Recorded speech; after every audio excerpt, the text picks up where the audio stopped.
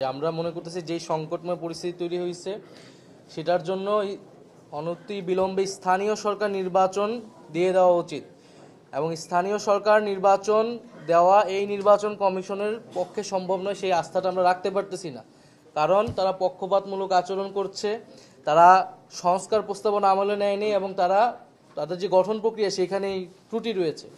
ফলে আমরা প্রথমে নির্বাচন কমিশনকে পুনর্গঠন করে স্থানীয় সরকার নির্বাচনের দাবি জানাচ্ছি। নতুন স্থানীয় সরকার নির্বাচন করলে জনপ্রতিনিধি আসবে, নাগরিক সমস্যাগুলো লাঘব হবে এবং এই যে বিভিন্ন আগের অবৈধ নির্বাচন আমরা বলতেছি যে নির্বাচনগুলো অবৈধ ছিল এবং ওই আমলে ফ্যাসিবাদ বিরোধী সবগুলো পক্ষ আমরা প্রত্যাখ্যান করছি।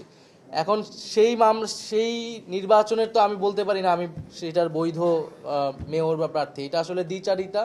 তো সেই জায়গা থেকে স্থানীয় সরকার নির্বাচনের মাধ্যমে আসলে এই সমস্যাগুলো সমাধান করা প্রয়োজন। ফলে সরকারের কাছে আমাদের দাবি যাতে আমরা দ্রুত সেই ধরনের ব্যবস্থা নিই, নির্বাচন কমিশনকে পুনর্গঠন করে আমরা স্থানীয় সরকার নির্বাচনের দিকে আমাদের দ্রুত যেতে হবে।